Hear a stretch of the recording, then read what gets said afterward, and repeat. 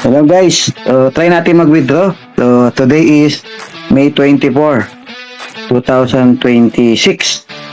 So sumali tayo May 23. Hello guys, ano tayo? Second withdrawal ko. Pangalawang withdrawal ko na to guys. Ngayon po ay May 27, 2026. Guys, pang third withdrawal ko na to, May 28. So again, sumali ako May 23. Pang fourth withdrawal, May 29. Pang fourth withdrawal. So dito pwede tang bumaba rito. Dito ka na lang bababa. Pumasok na lahat yung first withdrawal, second, tsaka third withdrawal ko. So ito, request payout to. So makikita mo dito yung record yung mga yan, yung mga tatlong request ko. Approve na lahat yan. Ayan release. So ngayon, pang-apat na to. So click mo yung request payout. Okay, lagay mo yung amount 3-4. Tapos click mo itong request payout. Hindi pa pala. Click mo itong bank withdrawal. Ayan, kailangan lumabas yung green check. Ayan sa bank withdrawal. Meron ng green check.